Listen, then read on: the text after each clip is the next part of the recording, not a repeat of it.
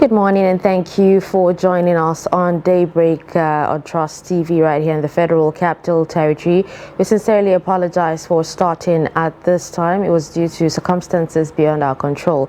But we're here and, we'll keep the show going. We have lots of interesting, programming and segments for you this morning. And while we're on it, I'm Dashin Husseina Usman and Barka de Sallah to all the Muslim Ummah. Hope you've been having fun. It's been a long weekend, by the way, from Friday up until now, but then work resumes tomorrow. But then all the same, have as much fun as you can in the celebration. Now let's take a look at highlights at this hour. Troops kill 7 bandits, apprehend others in Zamfara State. Lawyers urge NBA to sanction suspended Adamawa Rec, Ari. And the National Commission for Colleges of Education records improved recognition of programs policies, says yes. Now let's take a look at the details of the story. Troops of Operation Hader-in-Daji on Saturday neutralized 7 terrorists, apprehended 2 others and destroyed several of their camps in Zurmi local government area of Zamfara State. The Director, Defense Media Operations, Major General Musa Dammadami, made this known in a statement in Abuja. He said the troops achieved the feat during an encounter with the bandits at Birnin Aba, Tanu, Lamba, Gabas, Gidankaso, and Dumburum Forest in Zurmi local government area of the state. General Dammadami disclosed that the troops recovered 7 motorcycles, 2 empty AK-47 magazines, and 1 Baofeng radio.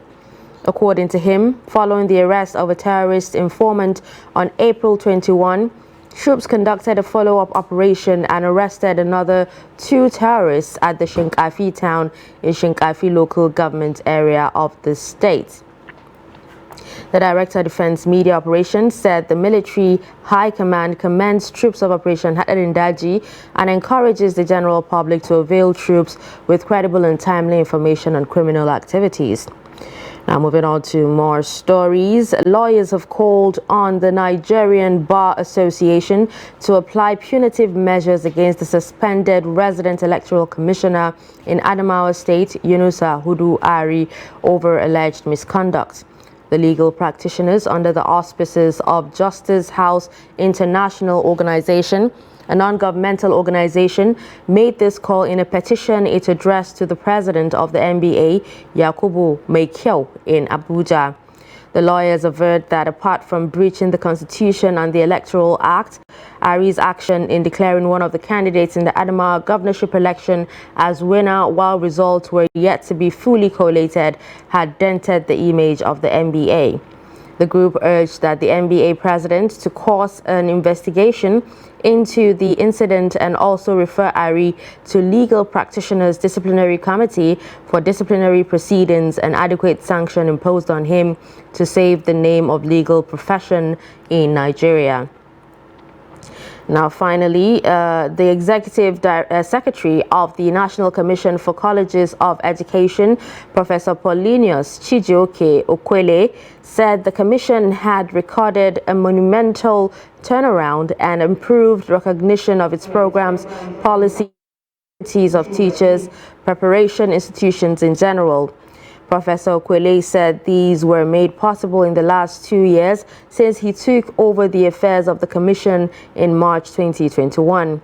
This was contained in a document highlighting achievements of Okwele since he assumed office 2 years ago. According to the document, on resumption of office, he initiated a series of consultation, negotiation, research, and national summits with stakeholders to brainstorm and come up with possible ways forward to address the challenges confronting the colleges of education in the country. He stated that it is no longer business as usual for colleges of education not to properly undergo or totally boycott participation of the primary mandate and priority of the Commission of accrediting its courses in line with its stipulated guidelines, resource inspection, and production of revised NCE minimum standard, among other things. And that's the highlight at this hour. We'll move on to more stories. The irresponsibility of developers and desire to make quick money by some unscrupulous individuals have been identified as some of the factors responsible for frequent building collapse. Lagos State Governor Babajide Sanwo-Olu made the observation during an inspection of the collapsed 7-story building and other infrastructure around the highbrow Banana Island. While speaking at the site of the collapsed 7-story building, Governor Babajide Sanwo-Olu blamed the unfortunate incident on the irresponsibility of the developers and some of the citizens that just wanted to make quick money. Sanwo-Olu also blamed the Federal Ministry of Works and Housing and National Inland Waterways Authority for allegedly granting extension of the line of Banana Island. According to him, the incident shows that the Lagos State building officers are not alive to their responsibilities, and officers found culpable will be sanctioned. The excuses have been given that they don't have access and rest. It's not acceptable. This is a total recklessness of all of the developers, and we will make a strong point out of this place and all around Banana and other developments that we have. And the officers that we also found culpable will similarly be sanctioned.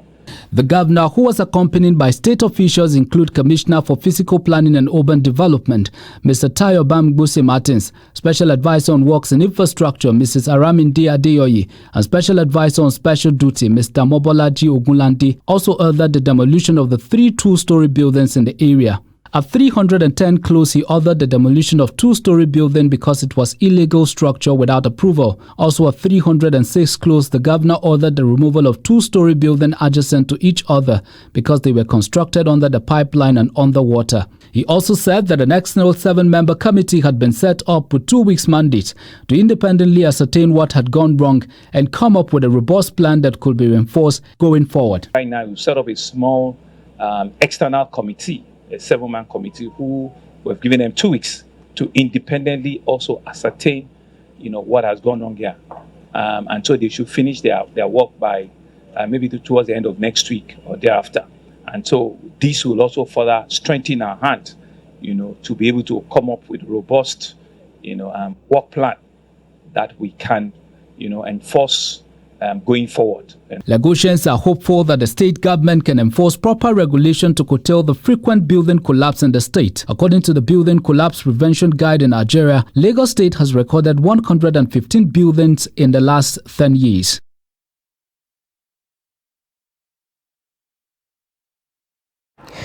All right, now let's take a look at more stories. Teenagers, mostly between the age of 10 and 17 in Jos, the capital of Plateau State, are making money through scavenging for discarded items.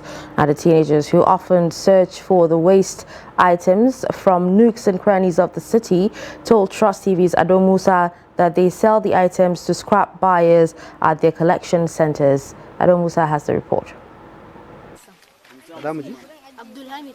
To Mala Abdulhamid Hassan, me kake ana?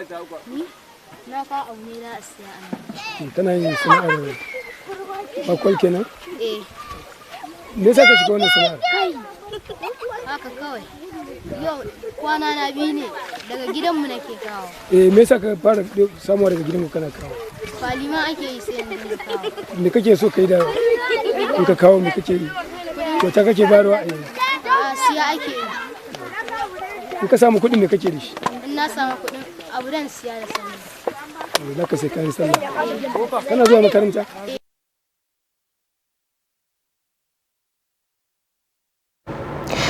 Muslim faithfuls in northern Nigeria's city of Kano look forward to the end of Ramadan because the celebrations are capped by the opportunity to showcase their rich cultural heritage and tradition with a cultural or colorful festival, which is called the Daba. Trust TV correspondent Idris Jibrin attended this year's Daba festival in Kano and now reports.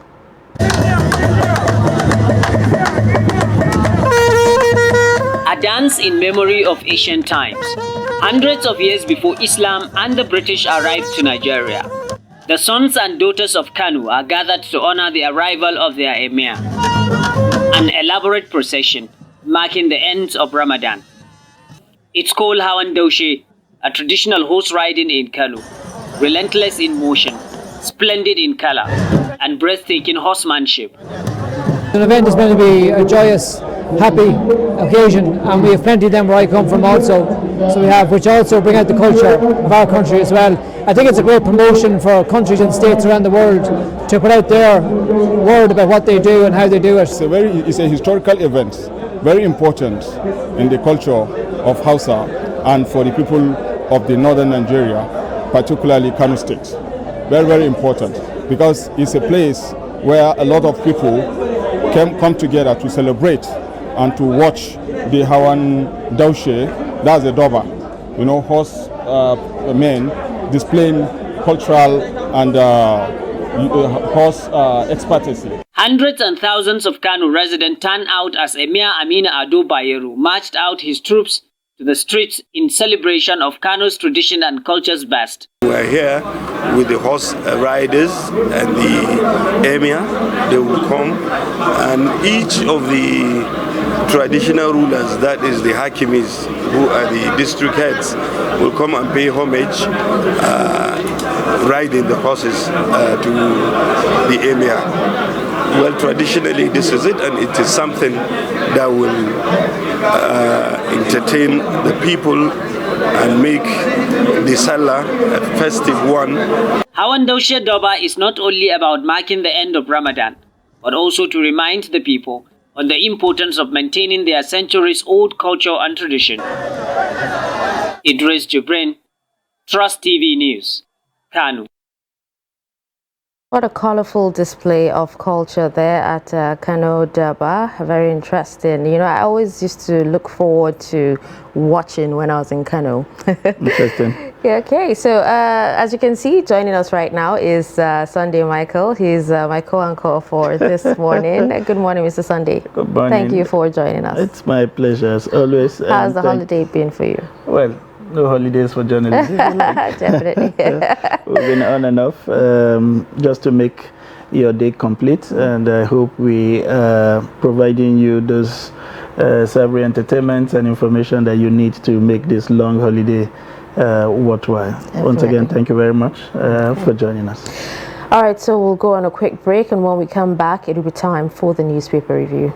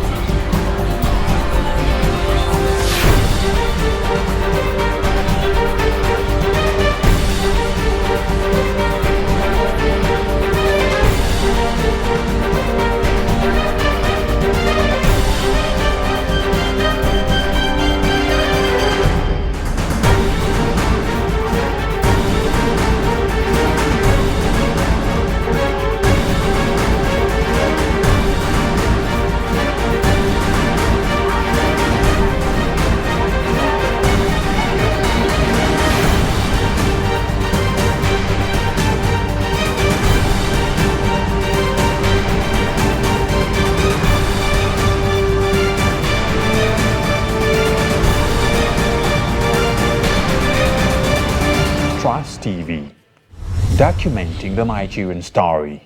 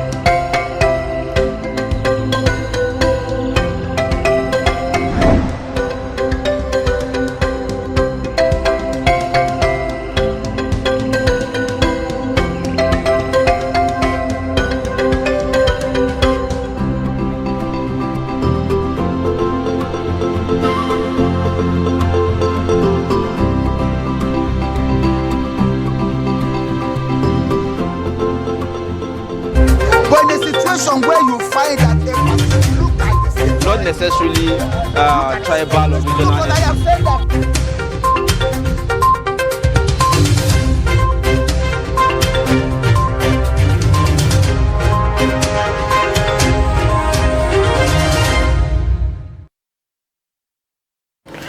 All right, welcome back and thank you for staying with us. Now let's take a look at what the papers are saying.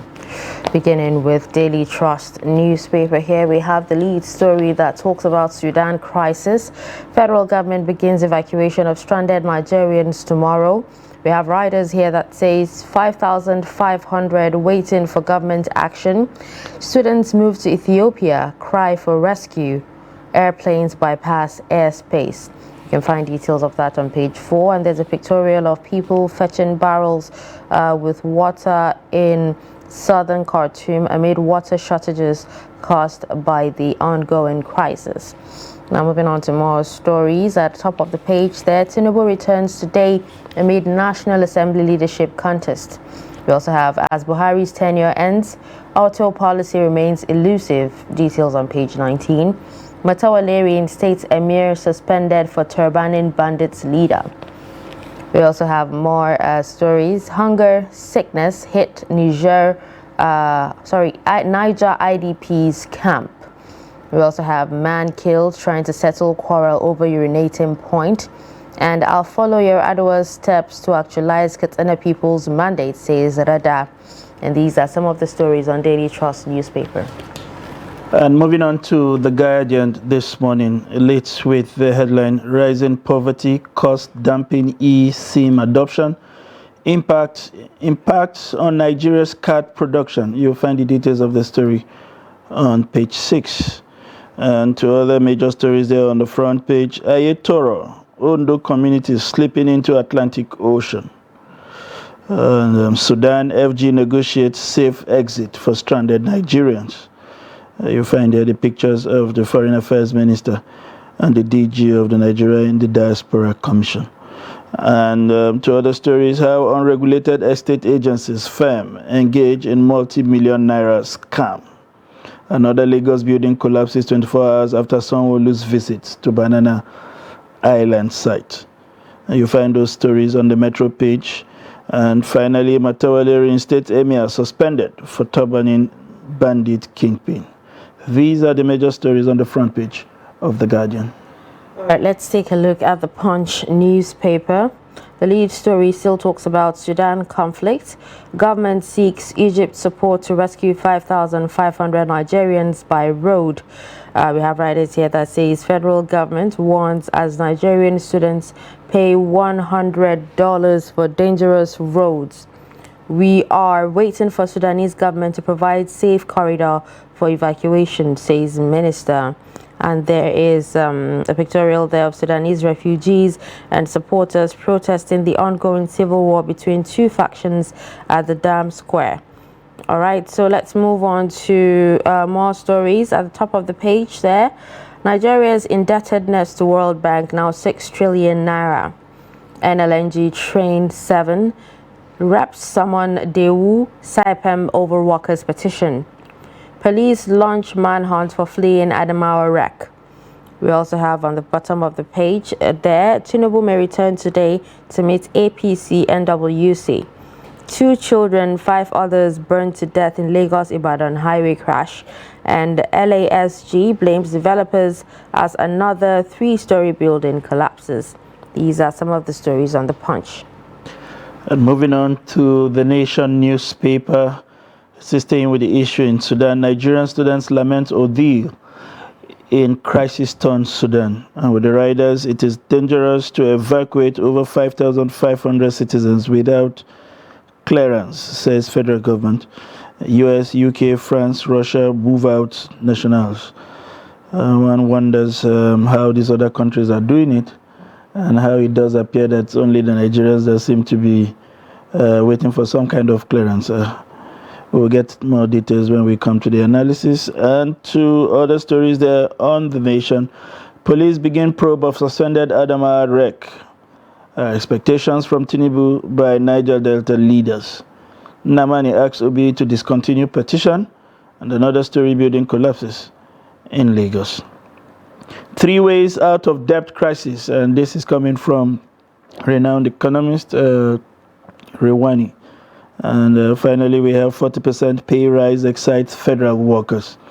Well, we don't know if that promise is to be fulfilled by the outgoing government or the incoming one. But these are the major stories on the front page of the Nation newspaper.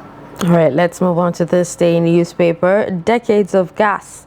NCDMB advocates annual reporting of implementation status.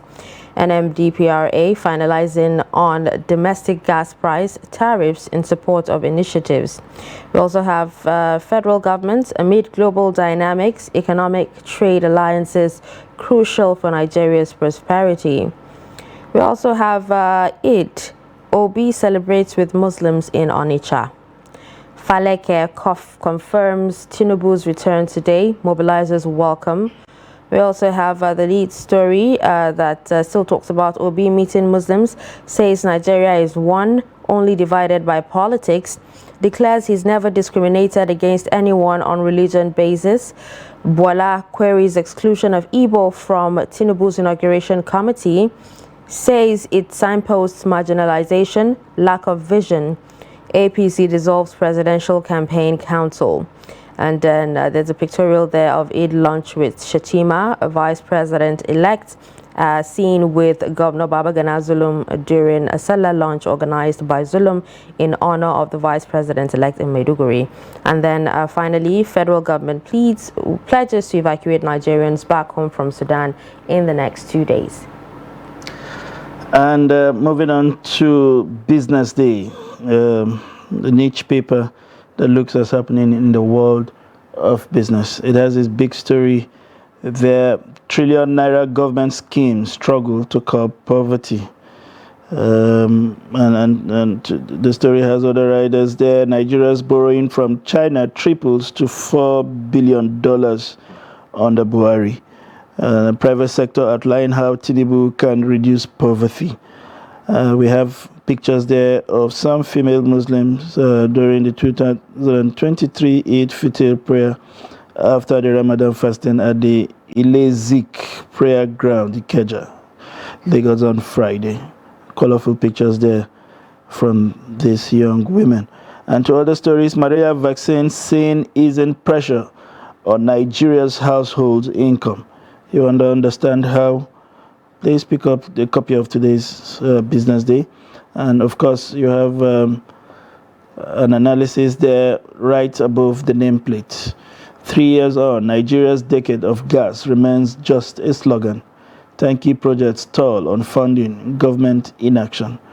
That will be an interesting read, I'm sure, if you have been tracking development around that title. These are the major headlines on the front page of Business Day this morning. Finally, on Vanguard newspaper, from the top there, we have we've taken these stories on Zamfara and Sudan war. Now let's talk about the lead story here on global competitiveness. Over 30 taxes choke industries in Nigeria. 17 bills on more levies pending in NAS. Taxes above global average of 23.37%. SMEs lose 9% of yearly income, and stakeholders chart way forward. Now we have more stories beside that. One, federal government failed woefully on security, says Catholic Archbishop. Nationwide blackout looms as generation falls below 4,000 megawatts. APC dissolves presidential campaign council. 52 billion naira SWP fund. Atiku's aid Keyamo block. Atiku's aid, Keyamo, bicker over assets declaration. Now we also have 10th NAS, Betara Wase Jaji in 3-horse race for speaker, and how to tackle insecurity in Nigeria, says Italian envoy. Now with this, we have come to the end of reading out most of the stories on front pages of the national dailies, and interested.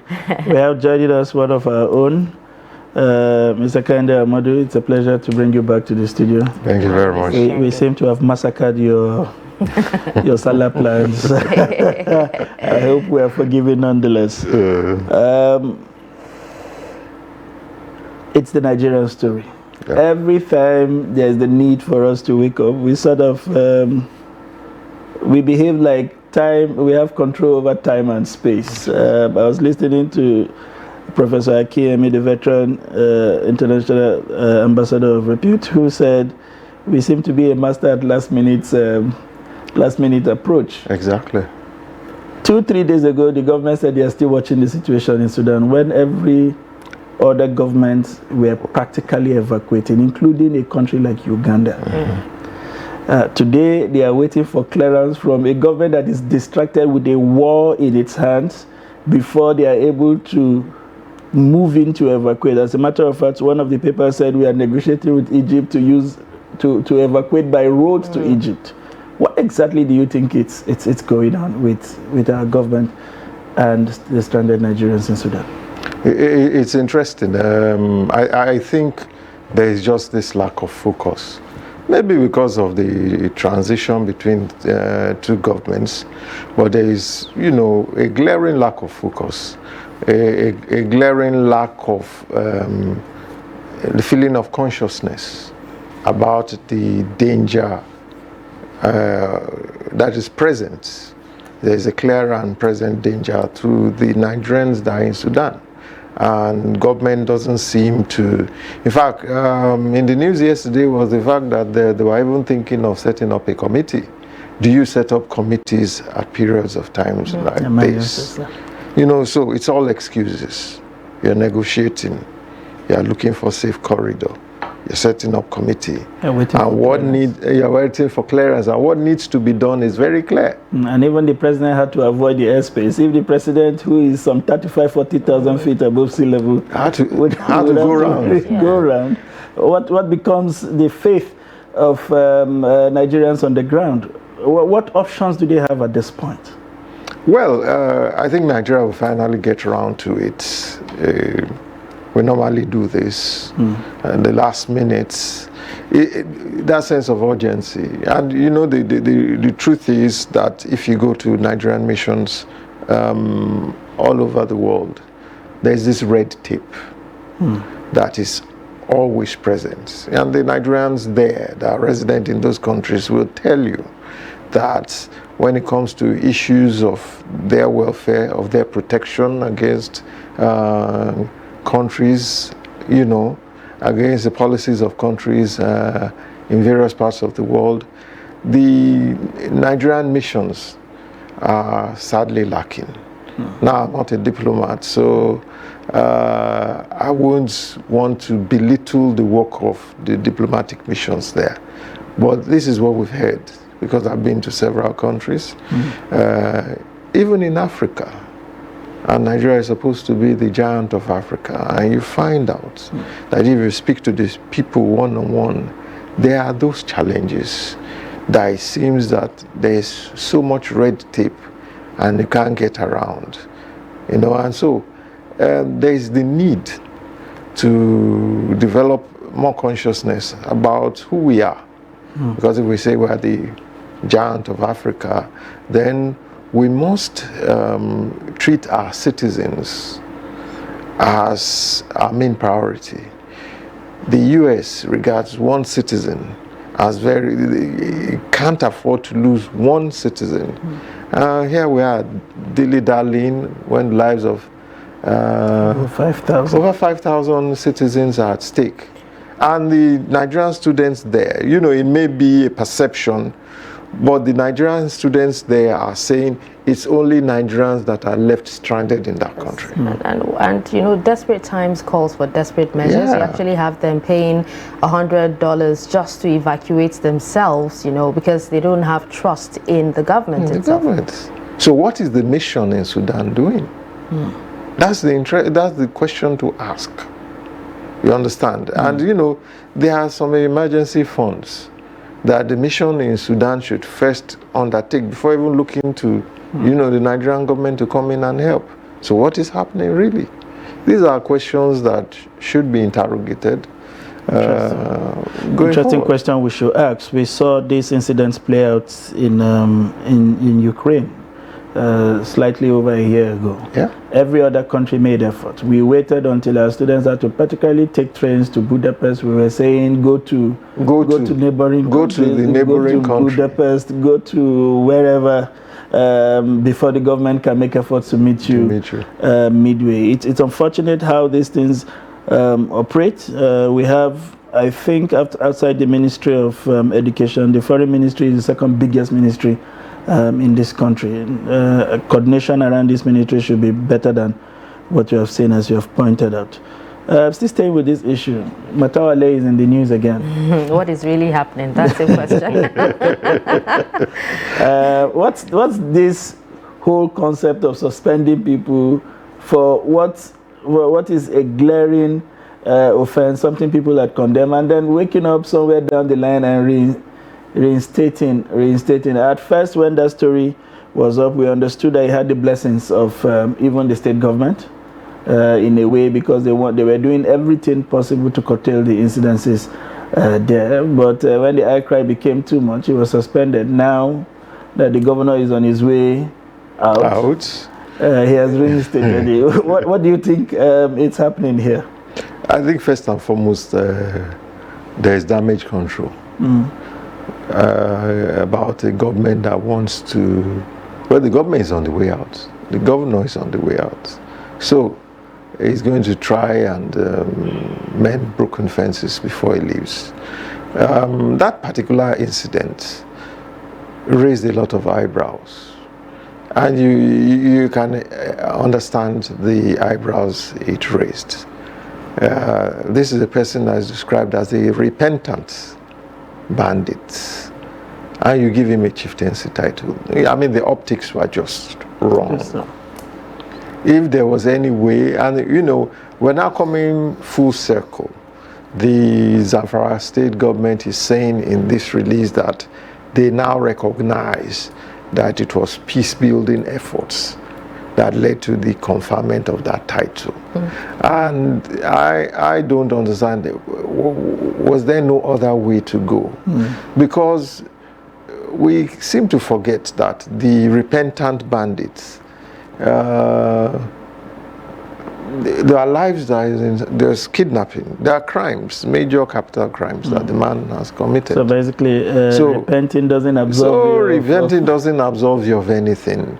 In fact, if we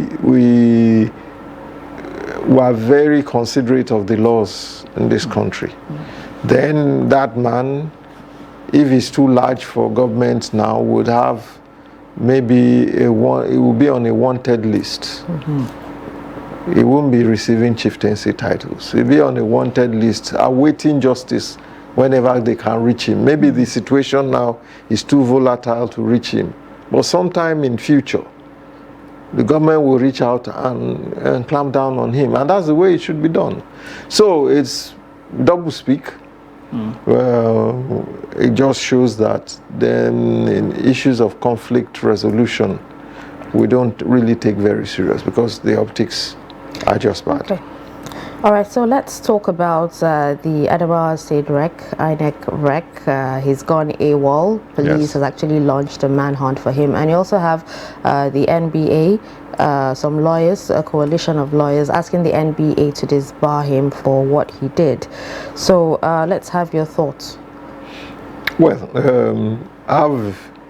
my thoughts are radically different from the thoughts of Nigerians here. Well, the police has declared him wanted. They declared the commissioner of police that was in the same room with him when he was making the speech. They declared him wanted. You know, the president was very clear. He said, investigate all the security agents that were there in the room. So, but what it looks like now is that it's one person carrying the can. You know, maybe it's diversionary. I don't want to say it is. But what are we talking? What are we saying about the other people that were in the room in an obvious act of collusion? You understand? The investigations there have the investigations led to? Because investigations, maybe we in Nigeria see investigations as you clamp down on the person who is at fault and interrogate him by all means necessary.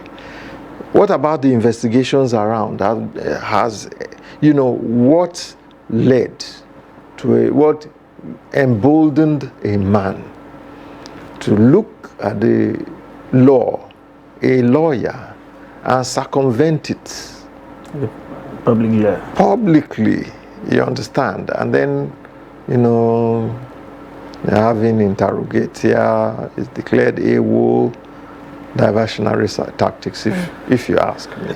Does it, well, you've said it all in your final remarks, but what does it sum up to?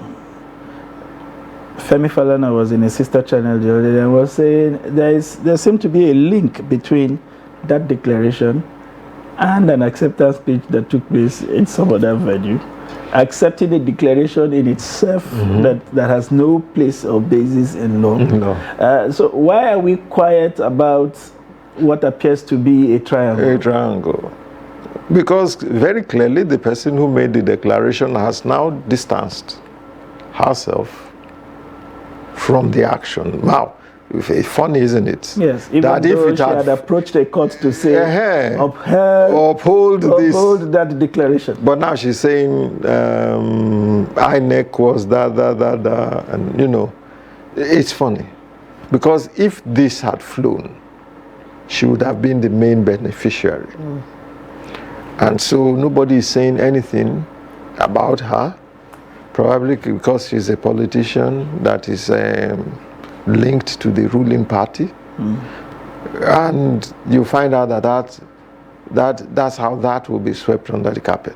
If there's going to be an investigation, it should be a full and wide investigation that looks at all the culpable parties. We are quickly forgetting the national commissioners were kidnapped and beaten. You understand? And you know, there was some link between that kidnap and beating to a political party that is a major opposition party. I don't want to name names.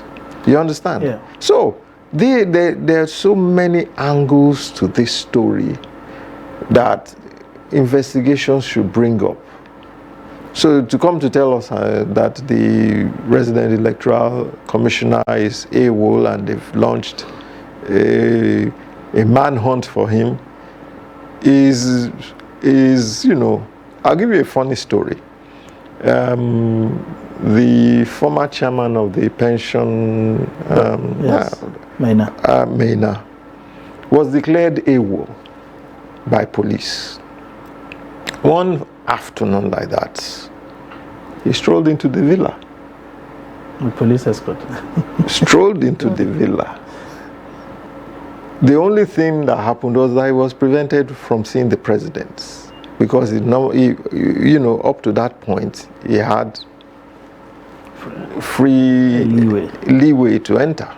You understand? I'm talking about not this administration, the previous one. But this was a man that had been publicly declared wanted. Interesting.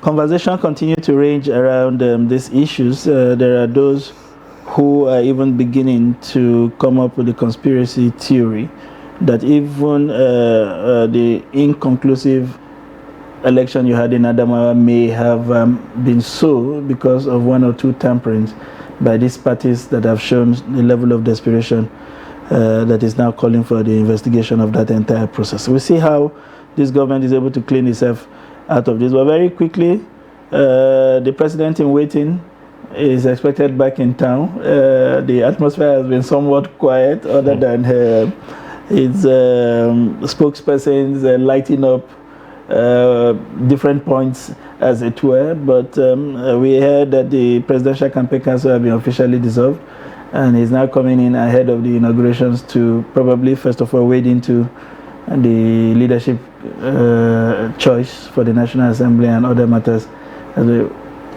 How do you think the atmosphere is preparing to receive him, and what kind of movements do we expect to see in the coming days? You know, I raised this concern in the newsroom yesterday. We were having a discussion. And I said, this is 1 month to inauguration, not one meeting. When Buhari became president-elect, 2015, he did 2 Clermonts, 2.5 Clermonts at the defense house, where where he had already been given meeting different groups. In fact, by the time he started meeting groups, it took the shine off the presidential villa because everybody just moved over there. Now we've seen a delay of over 1 month before that is happening. And it raises concerns that, well,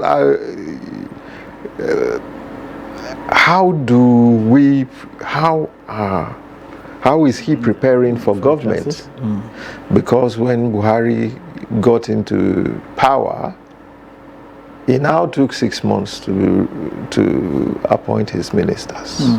So I hope we are not going to have a repetition of that, because he's already lost 1 month, 1.5 months just resting. Interesting. Well, I think in fairness to the government, we saw some members of the transition committee in Washington, D.C. at the IMF World Bank meeting. The minister discussed when we asked her that they requested to be part of some of the meeting to understand some of the negotiations that are ongoing, and so that when they come, they will hit the ground running. That's the much we know. Whether the big man in waiting gets briefing in London or France is another part. No. I think that one of the persons on that team is Olawale Edu. Yes. Who should have been finance minister as way back as 2015. Yeah. Because of his expertise and because of all that. You would know because you are in the finance sector. But that didn't happen then. And I think Nigeria lost, that's my personal opinion. Nigeria lost that opportunity. We are just fiddling. We are fiddling for 8 years. You understand? Interesting. So now, you understand, I believe that his confidence in Olawale Edo would probably be the reason why he's not too concerned. Yeah, well, Edu was there in the meeting at Washington. At least I cited him twice, alongside Doyin Salami, who was a member of the MPC and a current faculty member of the LBS. That's the much that we can bring to you today on the front pages. It's been nice talking to you, editor, public affairs commentator, who has found time to join us. We've robbed you of your salary, as we have said. We'll find space to make up for it. hopefully within a week where we'll have the full complement of the workforce returning. Thank you very much for finding time. Thank you very much. Yeah. All right, we will take a short breather. We return at the top of the hour to serve you more from Daybreak. Please stay with us.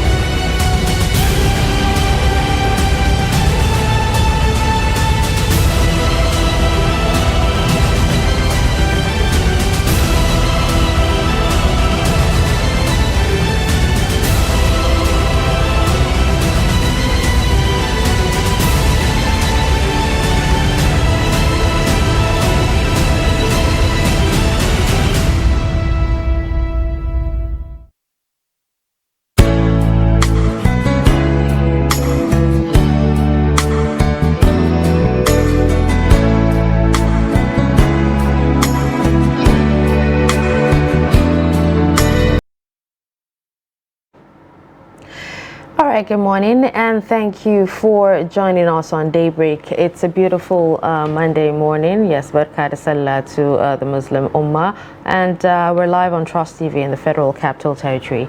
I'm Darshan Husseina Usman. Thank you for staying with us. I'm Sunday Michael Ogu. Starting afresh this time. And thank you for joining us and allowing us free access into your living room. All right, let's take a look at highlights at this hour. Troops kill 7 bandits, apprehend others in Zamfara. Lawyers urge NBA to sanction suspended Adamawa REC.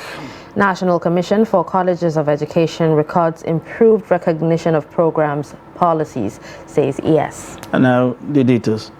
Troops of the Operation Hadarindaji on Saturday neutralized 7 terrorists, apprehended 2 others, and destroyed several others in their camps in Zurmi local government area of Zamfara State. The Director of Defense Media Operations, Major General Musa Damadami, made this known in a statement in Abuja. He said the troop achieved the feat during an encounter with the bandit at Brenins Aba, Sanu, Lamba, Gabas, Gidankasu, and Damburam Forest in Zurmi local government area of the state. General Damadami disclosed that the troop recovered 7 motorcycles, 2 empty AK-47 magazines, and 1 Bufang radio.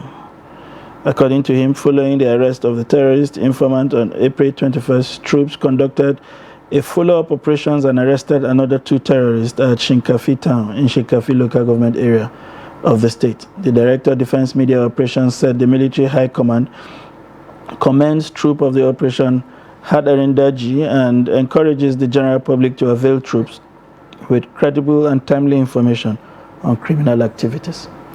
All right, lawyers have called on the Nigerian Bar Association to apply punitive measures against the suspended resident electoral commissioner in Adamawa State, Yunusa Hudu Ari, over alleged misconduct.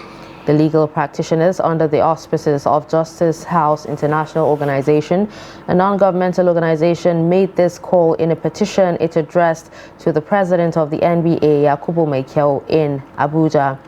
The lawyers averred that apart from breaching the Constitution and the Electoral Act, Ari's action in declaring one of the candidates in the Adamawa governorship election as winner, while results were yet to be fully collated, had dented the image of the NBA. The group urged the NBA president to cause an investigation into the incident and also refer Ari to the Legal Practitioners Disciplinary Committee for disciplinary proceedings and adequate sanction imposed on him to save the name of the legal profession in Nigeria.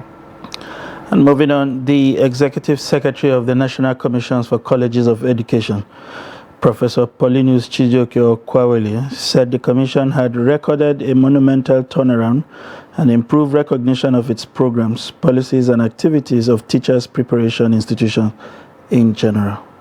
Professor Okwaweli said these were made possible in the last 2 years since he took over the affairs of the commission in March 2021.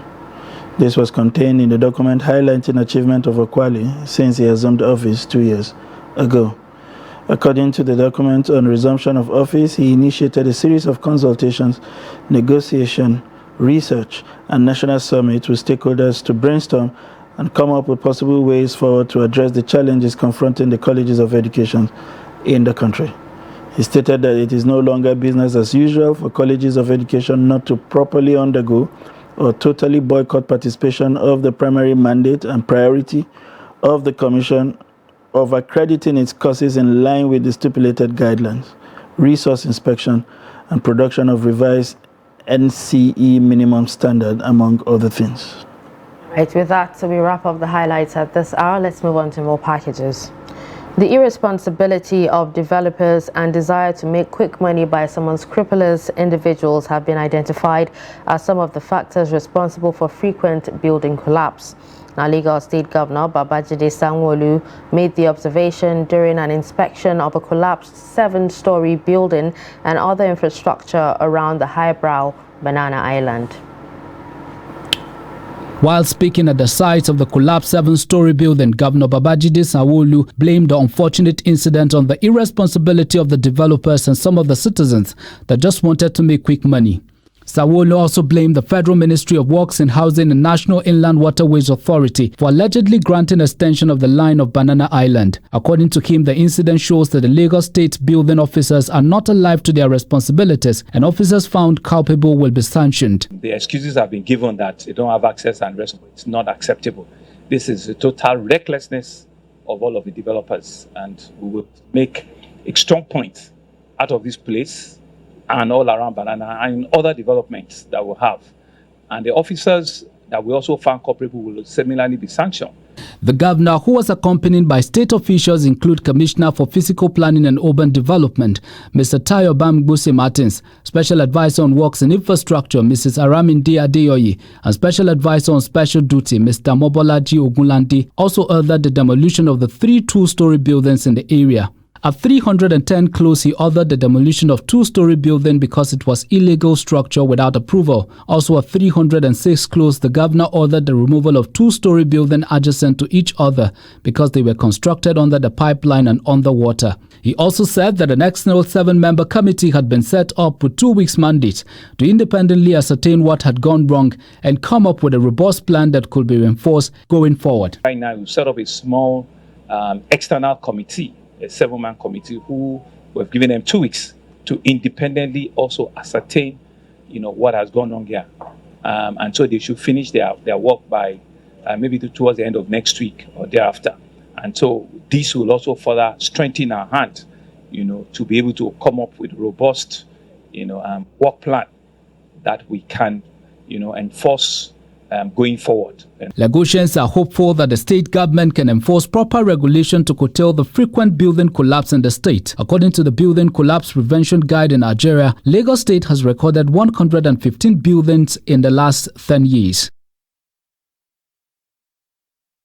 Muslim faithful in the northern Nigerian city of Kano look forward to the end of Ramadan because the celebrations are capped by the opportunity to showcase their rich cultural heritage and tradition with a colorful festival known as the Durbar.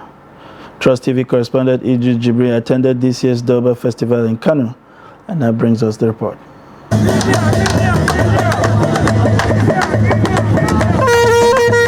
A dance in memory of ancient times. Hundreds of years before Islam and the British arrived to Nigeria, the sons and daughters of Kanu are gathered to honor the arrival of their emir. An elaborate procession marking the end of Ramadan. It's called Hawan Daushe, a traditional horse riding in Kanu, relentless in motion, splendid in color, and breathtaking horsemanship. The event is going to be a joyous, happy occasion, and we have plenty of them where I come from also. So we have, which also bring out the culture of our country as well. I think it's a great promotion for countries and states around the world to put out their word about what they do and how they do it. It's a historical event, very important in the culture of Hausa and for the people of the northern Nigeria, particularly Kano State. Very, very important because it's a place where a lot of people come together to celebrate and to watch the Hawan Daushe, that's a Durbar, horse men displaying cultural and horse expertise. Hundreds and thousands of Kano residents turned out as Emir Amina Ado Bayero marched out his troops to the streets in celebration of Kano's tradition and culture's best. We are here with the horse riders and the emir. They will come, and each of the traditional rulers, that is the hakimis, who are the district heads, will come and pay homage, riding the horses to the emir. Well, traditionally this is it, and it is something that will entertain the people and make the Salah a festive one. Hawan Daushe Durbar is not only about marking the end of Ramadan, but also to remind the people on the importance of maintaining their centuries-old culture and tradition. Idris Jibrin, Trust TV News, Kano. All right, with that, we'll take a quick breather, and when we return, we'll move on to our first discussion. Stay with us.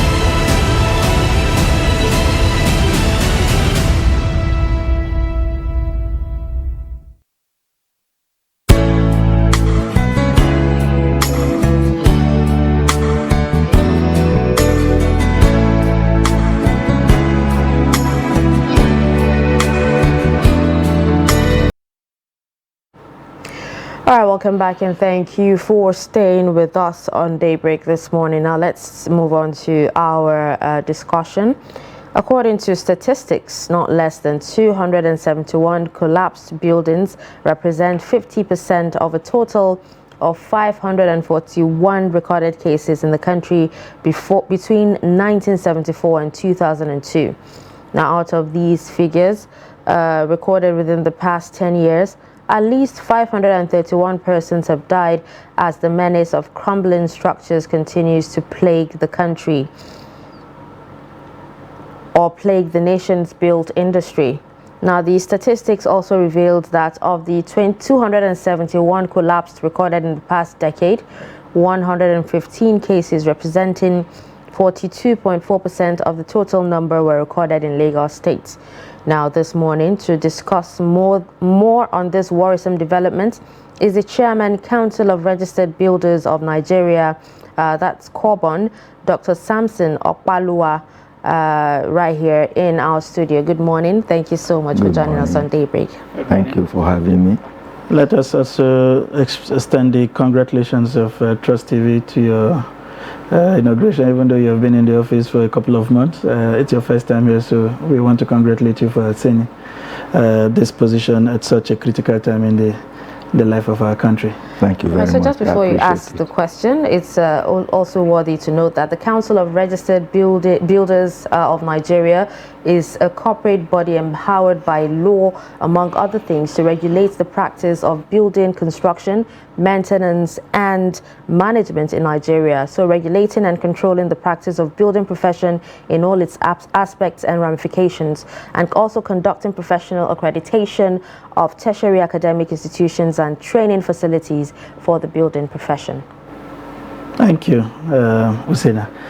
For the average Nigerian who is listening from their home, with the second stanza of this introduction, the question will be, where has Corbon been all this while? Because every time we see a building collapse, that's the politicians use it as the opportunity to shine, threatening to bring down thunder and brimstone on people who are culpable, and sort of play to public sentiments. And after that incident, we hear nothing about it. We know from December Banana Island there had been an incident that's less than 2 years old that everybody cried about. I mean, the other story building that went down. Now in the same banana, we are seeing more incidents. In fact, the government is saying that I think about 10 buildings or so will be brought down. And when you go through the documentation and everything, the same government probably handed out the building plan approval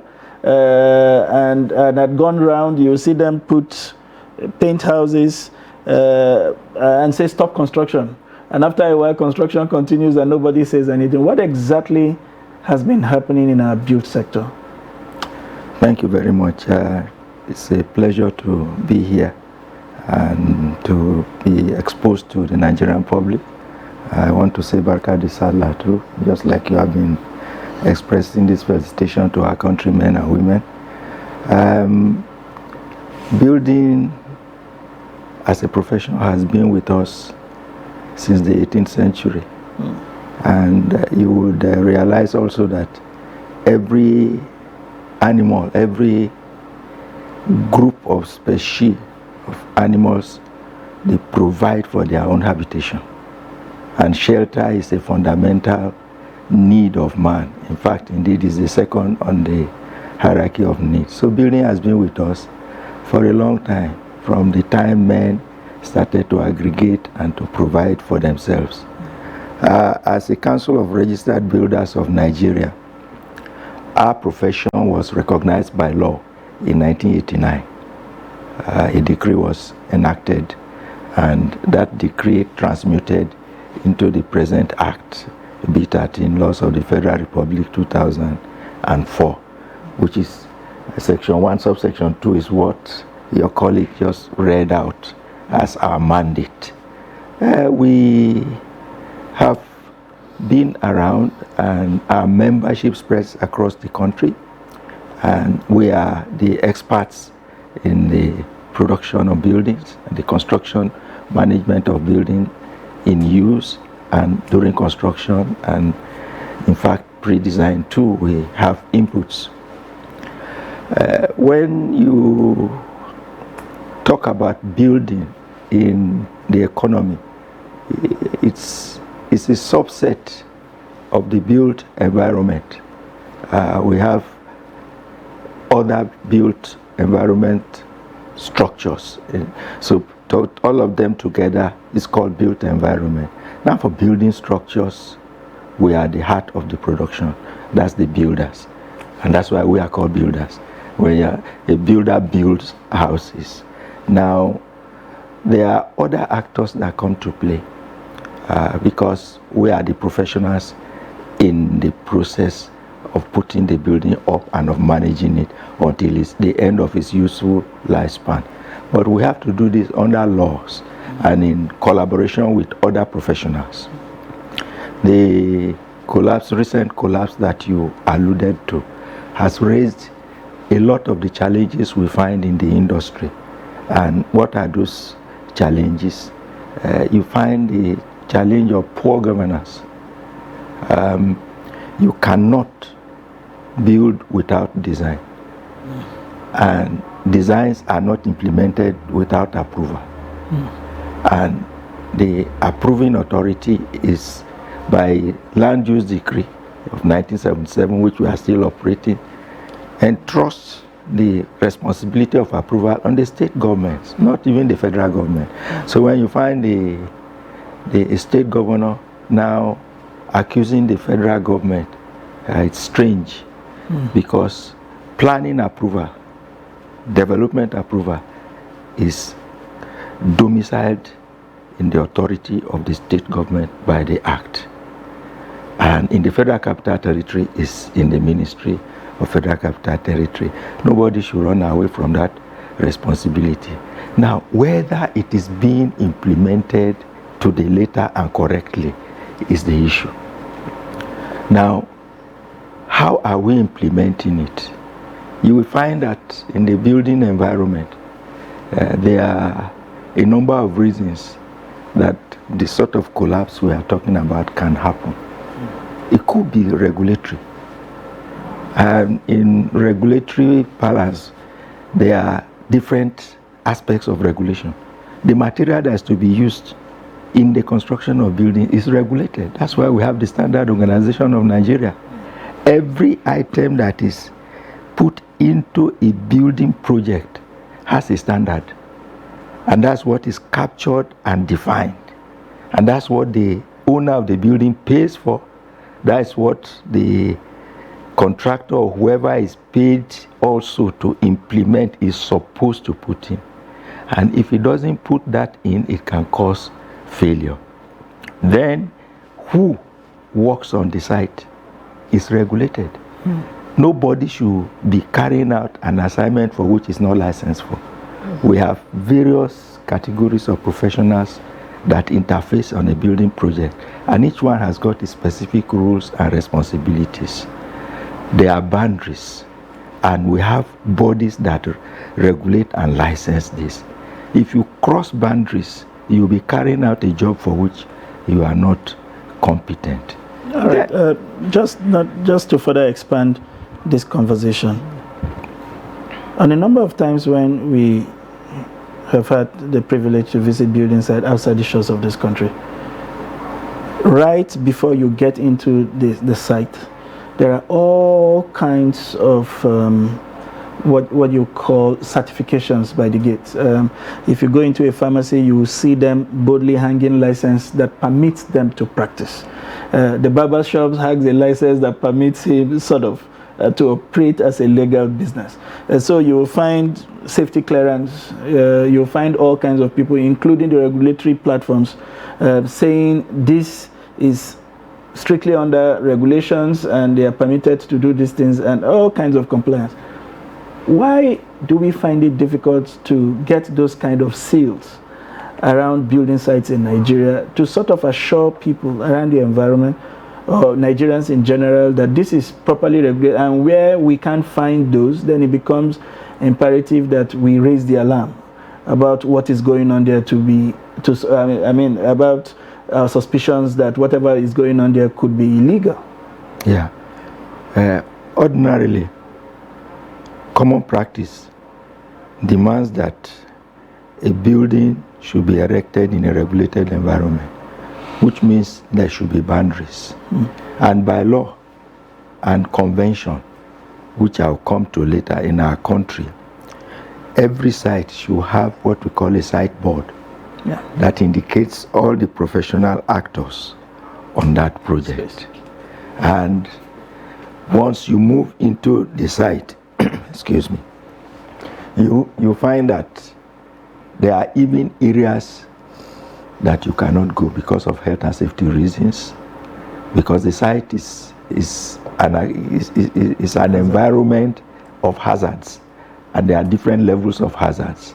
So that is why you have that certification by the health authorities. And when you move into the site, what you can do and what you cannot do is also regulated. So on that board, you are to have the name of the professionals that are involved in that project, and by their name, you will notice that they will also put beside them the organizations that regulate them.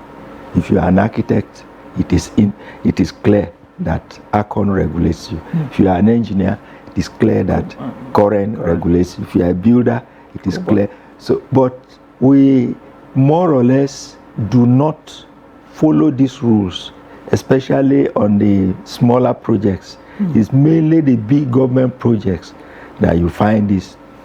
It is mandatory, it is in the conditions of contract that should be done. And why many people do not do that is that they don't obey. They don't have those people, but they present themselves to the planning authorities as having them before the approval is given. And that is where the issue of monitoring comes in. Because it's not just that you have approved for development, you must ensure that what you approved is actually what is being done on site. Okay, now you've actually been speaking on general terms, but let's talk about Lagos State, where there's, frequency in building collapses. In your opinion, what would you attribute to the reason behind the frequent collapses, building collapses in Lagos State? Thank you very much. Let me say that when buildings collapse, they are unexpected. The entire profession of building is meant to ensure stability and fit for use at all times during its useful lifespan. So we don't expect buildings to collapse.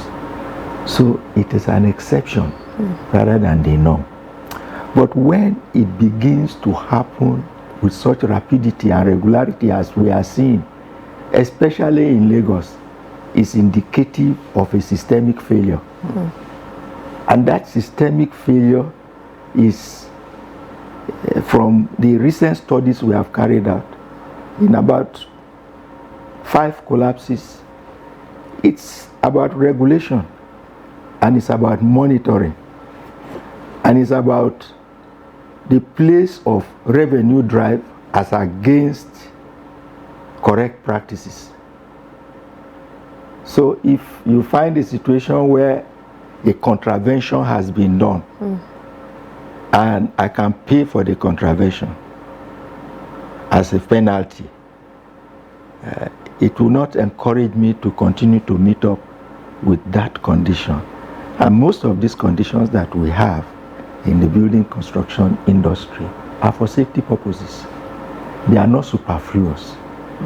They may look superfluous, but it is when the accident happens that you realize that they are actually a result of past experiences that science and studies have indicated that it should be done.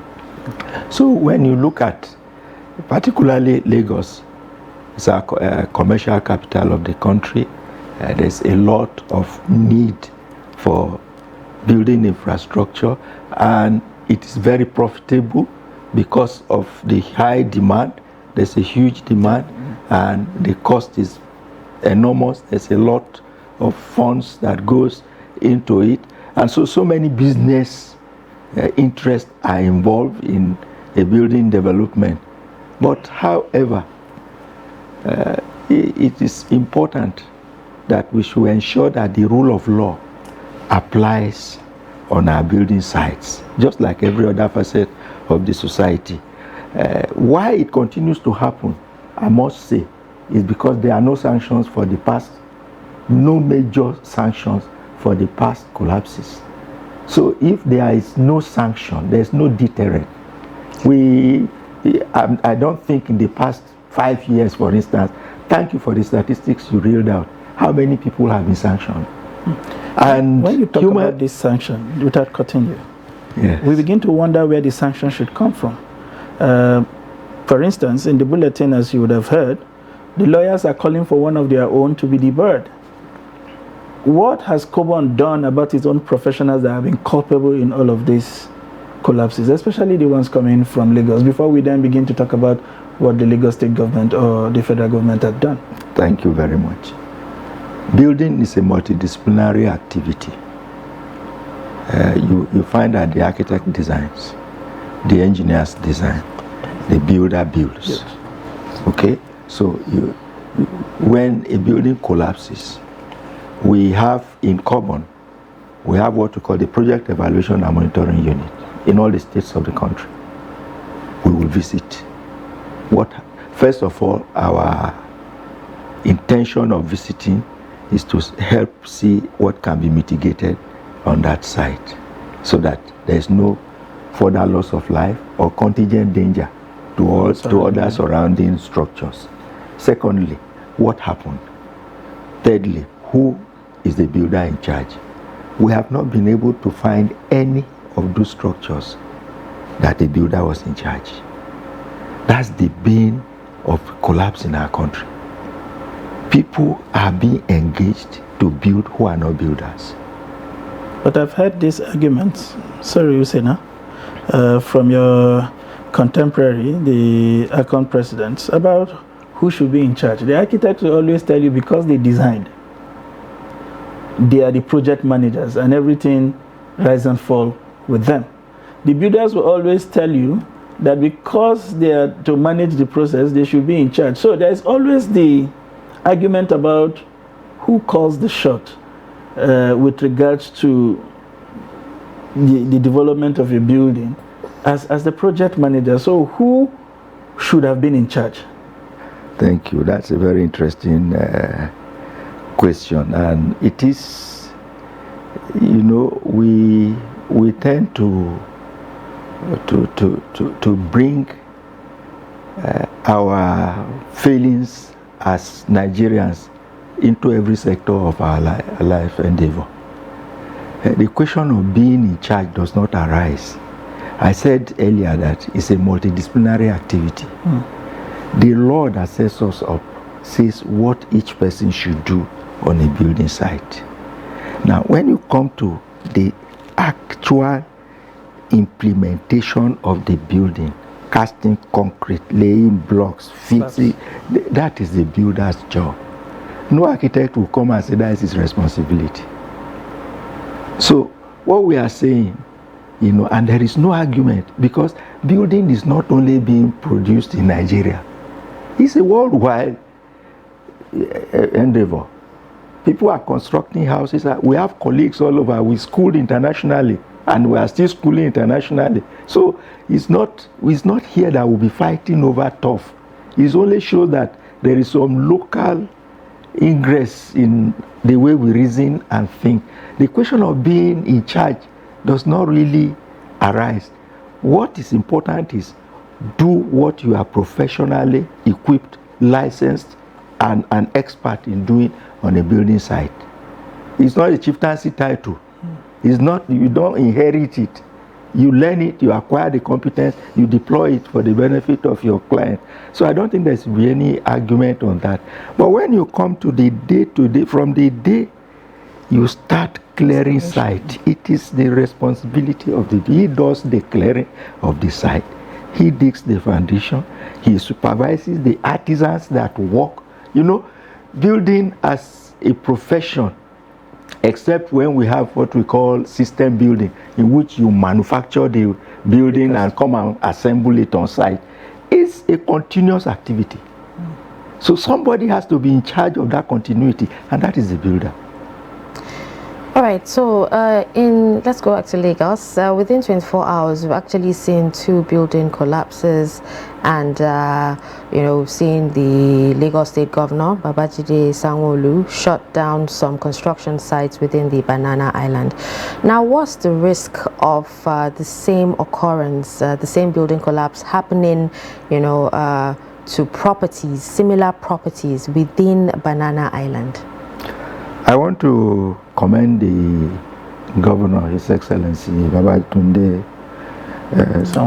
Sanwo-Olu, for visiting the site and seeing himself, not waiting for reports. Because one, it demonstrates the value of life and obedience to the rule of law. Whenever a building collapses, there are so many reasons why it may collapse, but if you narrow down to Banana Island, for instance, there are questions. Thank God he says that they have set up an independent committee to investigate. What they will be investigating is what was the design meant for? What were the assumptions in the design? What type of design? And how has it been implemented? Who are the implementers? What are the factors that necessitated the decisions they took in the process of construction? For instance, we as builders, we have what we call builders' tools of practice. And what are these? In every building project, you must have the construction plan and program.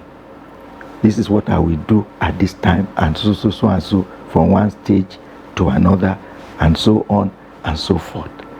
There must be a construction methodology and technology.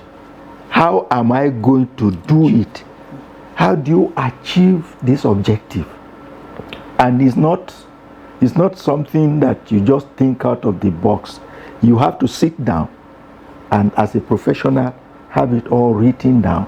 So from day to day, according to your program. So I can move into that site today and say, what's your plan for today? And you tell me this is where you want to go. How do you want to get there? I'll see it in your construction plan methodology. Then there is the project health and safety plan. How are you going to ensure that this can be done in an environment where everybody is safe? Because it's not just to work, you have to work in a safe environment. Then, of course, you have the project quality plan, quality management plan. How do you ensure that what is being put in this is the right quality? The designer has certain expectations. He has standards of quality that is already embedded in the design. So the builder as an implementer is supposed to work towards that. For instance, he can say, my concrete is grade 30. That is what I am designing. Now, concrete is a product. I have to mix sand, cement, water, and stone to get the concrete. So that's the job of the builder. The builder will now mix this to achieve that strength. And so when the engineer comes, the structural engineer is coming to find out, did the concrete you cast here meet that strength? So it's my responsibility also to have a quality plan to say, anytime I'm mixing, I'll take a sample, which when the engineer comes, he's going to test the strength. Then he say, oh yeah, I met the standard. All this, you see, building is not just a common activity. We have moved past the time when we're using mud bricks, called tumbeli in the north, to build houses where everybody can just begin to gather mud and they say that is what they are. No, we have moved beyond that. All right. Usena raised a point that I would like to follow up on.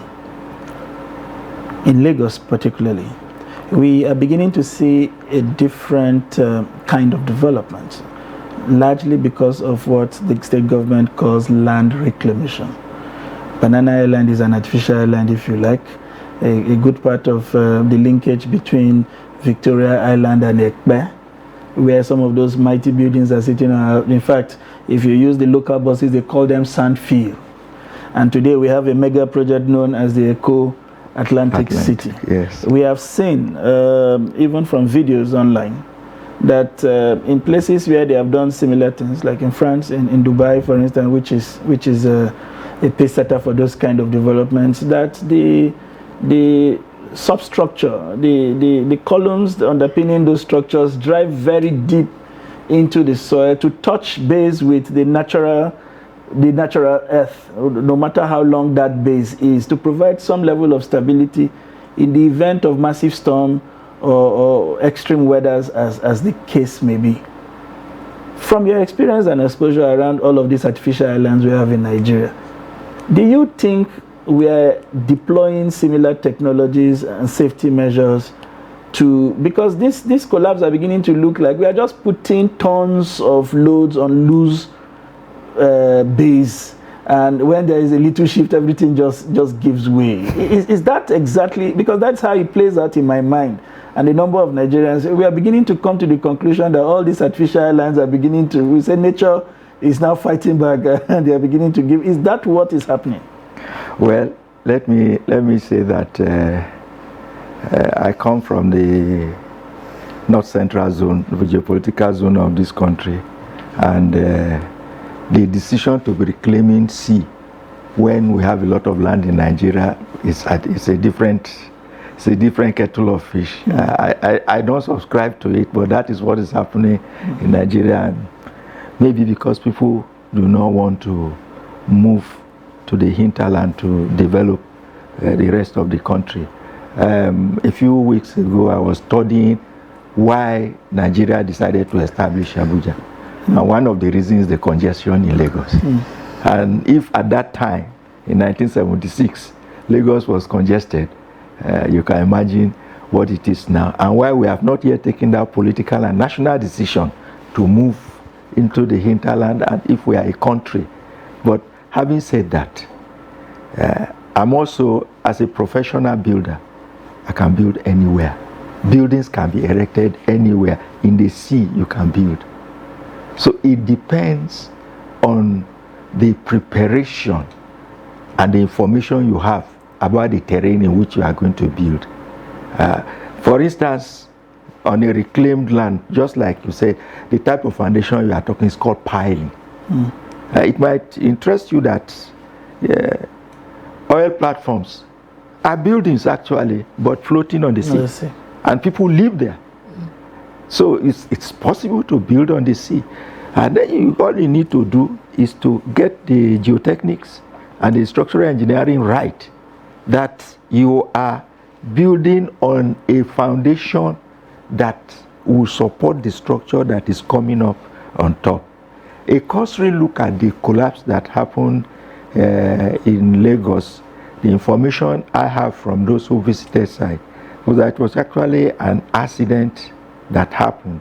And in every building, even in this your own multi-story building, there are some core walls here, the ones that carry and where the columns are right up. If anything should happen to any of them, the entire integrity of the structure is compromised. So it's possible that even the design could have been okay, you know, but at the same time, there are some structures that have collapsed because of improper design, inadequate design, or even you can design correctly and it is wrongly implemented. I gave an example of how concrete is specified. Now it could also be that the fluidity, the continuity of the structural components were not maintained. If you go to visit some sites, you find that while they are casting, because of improper planning, which I mentioned as one of the core areas of the builder of programming, you are casting concrete and suddenly it is late and you didn't prepare for night casting, so you stopped halfway. But that stopped that day is called a construction gap. There is now a joint, unintended joint you have created there. The structural engineer did not envisage it. So, if in the process of construction and because of your own tardiness or lack of expertise, you created a construction joint where it ought not to be, it's a structural failure waiting to happen.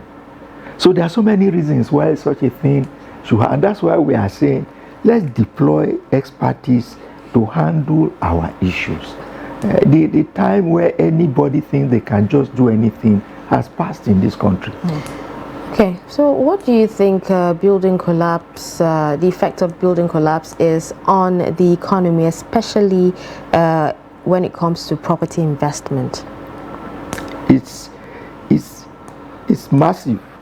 The effect is huge. First of all, it's an embarrassment to those of us who are in the built environment industry, because our industry is an international industry. We belong to bodies outside this country. We go for conferences and they keep asking us what is happening in your country. It's an embarrassment to us. Secondly, the nation may not have taken notice of the fact that if we allow this to continue, any foreigner coming into Nigeria will not be sure of the safety and stability of our structures in Nigeria. So your wife will tell you, are you going to Nigeria? Are you sure of the hotel you are going to stay in? That's what's going to happen. So we must be seen to put a break to these unfortunate incidences. And as for investment, how can somebody put up a 7-story building and in one day it's like a pack of cards, it collapses? That's a huge loss. And the loss is not just to that individual, it's the loss to our economy. Then need I talk about the loss of human lives? Anytime that buildings collapse, especially during construction, human lives are lost. And we don't even hear those who are responsible, giving some sort of support to the families of these people. Compensation. And there is what we call in construction law, there is insurance for the works. There is contractors all risk insurance. Everybody that comes to, even you as a visitor, there's a measure of cover for you. And it is mandatory for every building project. But it is not enforced. And this enforcement can only be done by the planning authorities. But you see, like Lagos and Abuja, the planning authorities cannot be everywhere. For instance, the Federal Capital Territory is a construction site. Don't mind that our capital is here now, but it's a huge construction site. Everywhere there's construction going on.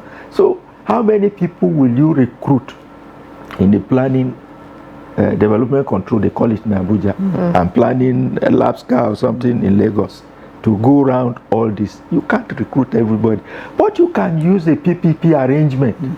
There are private sector practitioners who are in this field. They can now stand as an extension of your regulatory functions to make sure that these things are done properly. These are the suggestions we've been giving government. You can't do it alone. You cannot be everywhere unless you want to employ every Nigerian. And it's not possible. And that's why our cost of manpower in government has been blowing up, because government wants to do everything by civil servants. It's not possible. So you're discussing outsourcing more or less, as we have with the EFCCs taking private lawyers, engaging private lawyers to pursue recovery or whatever, and take a percentage of whatever is due to the government. Is that the arrangement? Is that what you imply by the PPP? Yes, that's it. You see, even if you want to deploy expertise, you may not even get the expertise in government. If you want to deploy experience, you may not get the experience in government.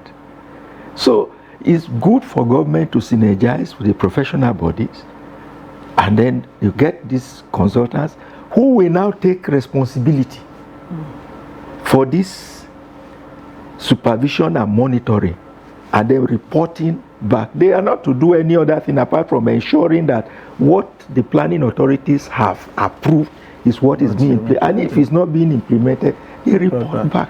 So, just drilling down with what Hussein have said, and maybe largely because of our own environment, because in other advanced countries, even the building of private houses are not undertaken by individuals. They're undertaken by firms, mortgage firms, in conjunction with the insurance company, and then individuals only approach the mortgage firm, indicate interest, and move into a property after paperwork have been completed. That gap in Nigeria means every individual practically becoming a house builder, as the case may be, and people finding it difficult to engage the services of builders, and now making mercenaries, other semi-skilled workers in the site who are probably helped in building 5-10 houses. They say, what is there that the engineer is doing that they cannot do? Is it not to put one block on top of the other and then get a carpenter to hit a roof on the house and you get the zinc plates and you are in? What is the economic danger, not now to the society, but to the individual who circumvents the use of professionals? Because in other places, you even see that when they are done building houses, you see mesh transferring into the rooms. Everywhere is taken over by spirogyra, and then they start using tiles on the walls, all kind of remediation to make that place habitable. How do you explain the danger that one imposes on himself when you circumvent the use of professionals to put up a structure where you hope to you and your family would cohabit? It's a lot of danger. The danger majorly is, one, the fact that you will not get value for money. Two, is that you stand the risk of even losing your investment. Three, you may also lose your life in it. And lastly is that you are getting a substandard product for paying for a standard product. And why this happens is also something that we need to address as a nation. You know, there's got to be structures in place. The housing mortgage system in the country still has to be improved and expanded.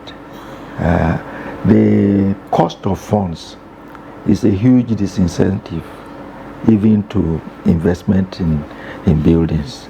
So you find that many people who are building using quacks, because what you are saying is quacks engaging in buildings. Yes, there's a possibility of people thinking they have the expertise because they have been used by experts before.